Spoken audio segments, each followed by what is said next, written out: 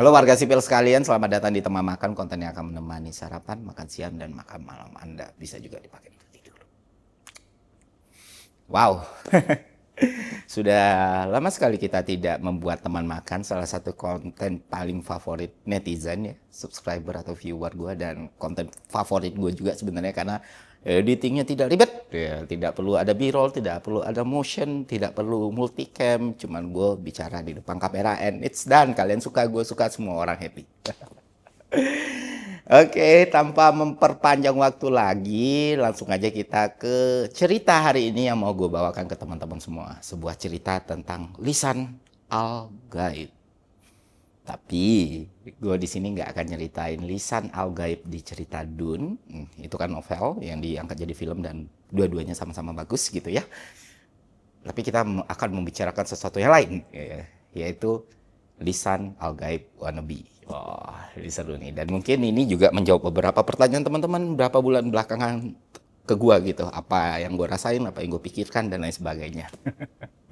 Kenapa demikian? Karena beberapa bulan ya, beberapa minggu atau beberapa bulan ya, mungkin 2 bulan yang lalu, lisan al-gaib wannabe itu adalah sebuah perkataan yang sempat disematkan ke gua oleh seseorang. Dan itu sangat berdampak pada hidup gue. Dan bukan cuma berdampak pada hidup gue, itu juga berdampak sangat besar buat cara gue berpikir, cara gue menilai, dan cara gue menghitung dan mengukur skala prioritas. Tapi tenang aja, dampaknya sangat baik. Yep. Waktu terjadi sih nggak mikir sampai segitunya, cuman pas sekarang mikirin, oh ya kalau nggak ada perkataan itu mungkin ini semua nggak akan bisa berjalan gitu. Gitu. Oke, yang ngikutin Twitter waktu itu mungkin tahulah sedikit konteksnya, tapi gue yakin kalian nggak akan bisa paham the komprehensifnya karena gue nggak pernah ngomong secara literal juga. Nunggu adem dulu, nunggu tenang dulu, mungkin bisa gue omongin. Untuk yang belum, gue ceritain. Jadi gini teman-teman, kan gue 600 hari aktif di Twitter ya, ya kan, sangat-sangat aktif dengan persona yang berbeda-beda gitu, termasuk biji besi olahan dia legendaris itu, dan banyak lagi. Nah, dan gue sangat berisik, benar-benar berisik. Terkait itu, kalau kita throwback di akhir 2024 itu kan banyak aksi massa yang lumayan lah skalanya dan emang bunyi di media sosial dan di darat gitu.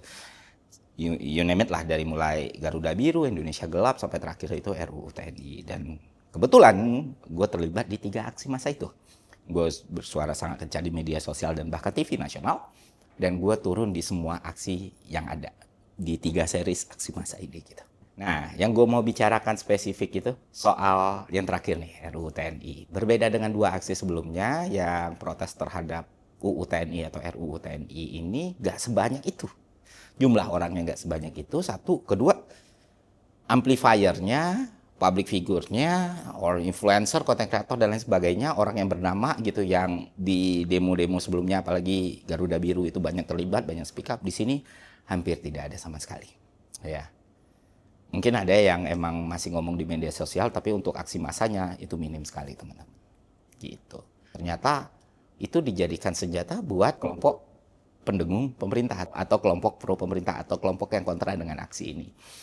Narasinya seperti ini. Lah kalian itu lagi dihasut sama influencer-influencer itu. Mereka enak-enakan tidur-tiduran di ruang AC, kalian digebukin polisi gitu. Atau ya kalian mau aja dikomporin itu bayaran asing, atau lihat aja mana ada dari mereka yang turun. Kalian yang harus berjibaku panas-panasan bulan puasa, mereka enak-enak kok mau-maunya dikadalin gitu-gitu.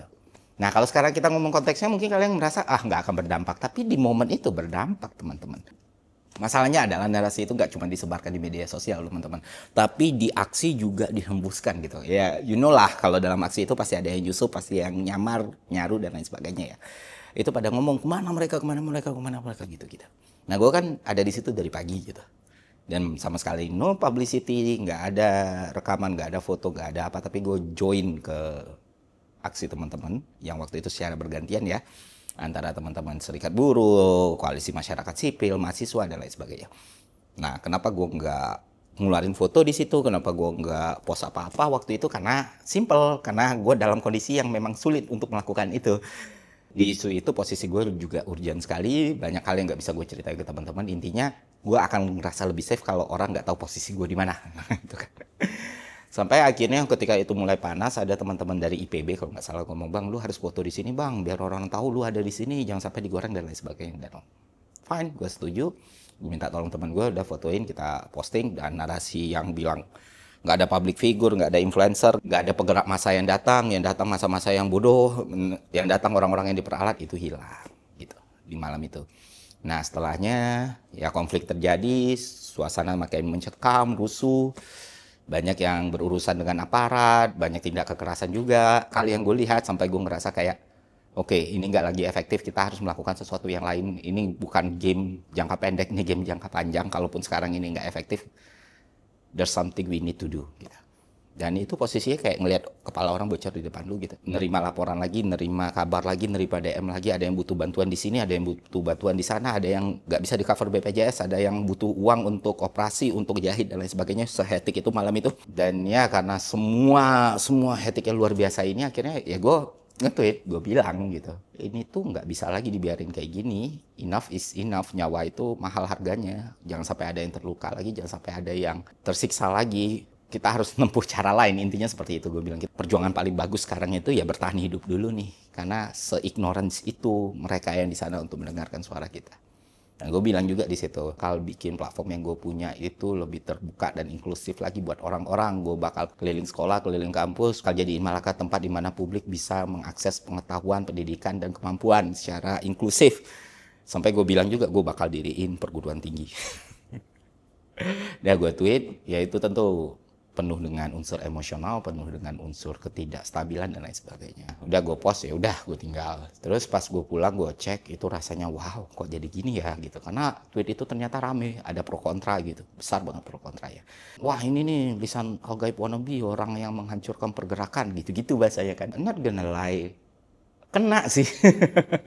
Biasanya sih hal-hal kayak gitu nggak akan kena di gue, tapi ini kena sih karena mungkin capek ya. Tapi sedikit kesadaran gue, sedikit rasionalitas gue, itu gue push terus supaya nggak bikin sesuatu lebih buruk lagi. Akhirnya gue bilang, ya udah gue cabut aja lah dari Twitter. Kalau ternyata tweet itu yang bikin pergerakan itu jadi tergerus, ya gue nggak akan nge-tweet lagi. And karena gue orang yang megang omongan gue ya, sampai sekarang terbukti, ya gue nggak pernah comeback ke Twitter setelahnya gitu. Dan karena itu suara itu berbalik, jadi malah ngedukung semua, jadi main naik dan lain sebagainya. Ya singkat cerita, itu bukan sebuah keputusan yang gue sesali. Tapi gue bersyukur juga ternyata gue masih on control, tidak konfrontatif dengan tweet itu, menerima tweet itu juga. Walaupun perasaan gue marah, tapi gue menerima tweet itu, gue bilang ya udah, ini jadi koreksi, jadi pelajaran, gue gak akan melakukan itu lagi. Tapi tetap aja ada a bit of oke, ini sesuatu yang harus gue evaluasi, gue harus tetap bisa rasional, tetap bisa tenang, dan gak perlu kayak gini, gitu waktu itu. Kalau gue dikendalikan emosi dan amarah, yang gue lakukan bisa sangat berbeda teman-teman, tapi syukurnya tidak waktu itu. Jadi gue berhenti nge-tweet, tapi gue tetap ikut dalam setiap aksi di berbagai kota. Karena gue ngerasa mereka benar-benar sendiri di aksi itu, dan ada yang bisa gue lakukan untuk itu gitu. Ya udah, gitu aja. Dan sampai di kota terakhir juga, sampai di aksi terakhir waktu itu balik lagi ke Jakarta juga gue masih di sana. Sembari tweet yang waktu itu dan postingan Instagram waktu itu nggak gue hapus supaya ya udah gue fair. Seemosional apapun gue, semarah apapun gue, I'm man of my word gitu. Once gue udah ngucap itu yang bakal gue lakuin. Walaupun terdengar mustahil, terdengar sulit, terdengar tidak mungkin, terdengar lisan Al-Gaib wannabe, but ya, gue tetap harus ngelakuin itu. Nah, sekarang gue update ke teman-teman. Setelah 2 bulan, apa saja perkembangannya. Kan gue bilang di situ pertama, gue bakal bikin Malaka itu dipenuhi oleh para ahli, para pakar yang berbagi pemahaman, pengetahuan, dan kemampuan mereka di media sosial yang bisa lu akses secara gratis tanpa harus bayar. Dan itu sudah terjadi sekarang. Di Malaka udah ada yang namanya kelas pakar, teman-teman bisa nikmati. Di situ minimal orang yang udah lulus S2, banyak doktor, ya ada profesor juga gitu yang ngisi video di situ atau berbagi pemahaman dan pengetahuan ke teman-teman semua. Isinya memang nama-nama luar biasa gitu, dan sudah bisa teman-teman nikmati sekarang dan seru banget belajar dari situ. Terus kedua, kita kerjasama sama Ikatan Alumni Chevening juga. Itu kan salah satu beasiswa yang familiar ya untuk para pencari beasiswa. Goals-nya, purpose-nya itu ngasih akses dan kesempatan dan informasi seluas-luasnya untuk salah satu beasiswa terbaik menurut gue ya, Chevening, buat yang punya keinginan pergi ke Inggris. ya mungkin bisa mendapatkan informasi dari Ikatan Alumni Chevening. Tahun depan kita juga terlibat dalam World Science Forum, itu yang kita kejar banget kemarin. Sinyal positif kalau World Science Forumnya ada, yang besar Malaka terlibat di situ. Terus seperti yang gue janjiin yang orang bilang, cuma ngomong doang alah membual gitu. Itu juga udah gue lakuin, gue udah keliling sekolah, kampus, untuk berbagi pemahaman dan pengetahuan yang gue punya di bidang ekonomi. Karena ya disiplin ilmu formal gue ekonomi kan. Masih ongoing sampai sekarang, seminggu itu bisa 3 kali. Ada yang gue videoin, ada yang enggak. Jadi bisa teman-teman nikmatin dan kontennya gue bagi secara cuma-cuma di channel YouTube gue dan channel YouTube Malaka. Proposnya simpel sih. Kayak beberapa tempat kuliah itu kan mahal banget untuk didatangi. Gue bilang ke mereka, gue bakal ngisi dan gue nggak mau dibayar sama sekali. Gue menolak semua bentuk pembayaran. Sebagai trade-off-nya gue cuma minta izin kalau perkuliahan itu kita rekam dan kita bagikan ke publik. Dan sejauh ini diterima dengan positif oleh seluruh kampus dan sekolah yang bekerja sama dengan gue. Gitu. Dan gue seneng banget ngeliat komen-komentarnya ya. Beberapa orang merasa punya experience di bangku kuliah karena nggak punya kesempatan untuk kuliah itu. Wow, gue realize juga sarjana di Indonesia itu minoritas gitu ya. 4-5% dari total populasi kita dan itu angka yang rendah sekali sebenarnya. Ternyata nggak banyak orang yang beruntung untuk bisa ada di bangku kuliah dan kuliah publik ini ternyata bisa memberikan mereka hal tersebut. Ya sesuatu yang kecil tapi menurut gue ke depan mungkin nggak cuma gue yang ngisi tapi ya tetap aja ngisi kuliah cuma-cuma jalan dan lain sebagainya. Ngajar itu kan bukan hal yang mudah untuk dilakuin ya. Gue juga nggak mau maksa orang lain untuk melakukan hal yang sama gitu. Tapi banyak teman-teman, banyak kolega, banyak kenalan yang ingin melakukan hal yang sama juga, yang tentu punya expertise di bidang masing-masing dan ya kita lihat aja ke depan ini bisa berkembang atau enggak. Gitu. Jadi semakin banyak yang terdidik karena semua orang berhak terdidik. Dan terakhir yang dianggap orang paling mustahil yang dianggap omon-omon yaitu perguruan tinggi. Ya sampai sekarang belum ada pengumuman, sekarang kan belum ada kejelasan pengumuman dan lain sebagainya, tapi yang bisa gue bilang ke teman-teman semua, progresnya sangat-sangat positif dan sangat-sangat baik. Dan bahkan ya udahlah aku kasih tahu aja, dan bahkan pendirian gedungnya sudah dimulai teman-teman. Ya hambatannya apalagi kalau buka biaya yang besar sekali, but it's okay, we will find a way. Ya tenang aja dan itu gak akan memberatkan teman-teman semua, aman. We will find the way. Kemarin gue bahkan sampai ngiklanin beberapa mobil gue. Terus ada beberapa rencana lain, yang penting kampus ini bisa berdiri secepat. Dan semua ini kan gak akan muncul tanpa kejadian dan rentetan seperti itu. Misalnya kayak ide membuat kampus itu mungkin ide 5 tahun atau 6 tahun ke depan gitu. Dan melihat kondisi sekarang, fight yang harus kita jalani, gue kira ini harus dipercepat semampu yang bisa gue lakukan. Rencana gue banyak yang berubah. Yang awalnya gue gak mau ngambil doktoral karena gue ngerasa oke, gue kan gak bekerja di bidang itu, kayaknya 2 master udah cukup gitu doktoral, tapi akhirnya gue urungkan, gue ubah plannya, gue benar-benar mau nargetin semoga bisa doktor sebelum 2030. Bukan karena gue mau jadi presiden ya, karena untuk jadi presiden kan gak perlu jadi doktor, ya enggak? Gitu teman-teman, itu sih. Jadi balik lagi, akhirnya gue sadar juga, iya semua orang punya opini, semua orang punya pendapat, semua orang punya penilaian dan perspektif, dan ya kita nggak bisa melakukan apa-apa atas hal itu. Dan once segala tindakan, segala perbuatan, segala rencana kita ditentukan oleh hal seperti itu, yang mana kita tahu rencana itu tidak merugikan orang lain, tidak menyakiti orang lain, tidak menzalimi orang lain, ya udah diterusin aja gitu. Bukan berarti kita mengabaikan apapun penilaian dan pendapat orang lain ya, tapi at the end of the day lu yang benar-benar tahu apa yang mau lu lakuin.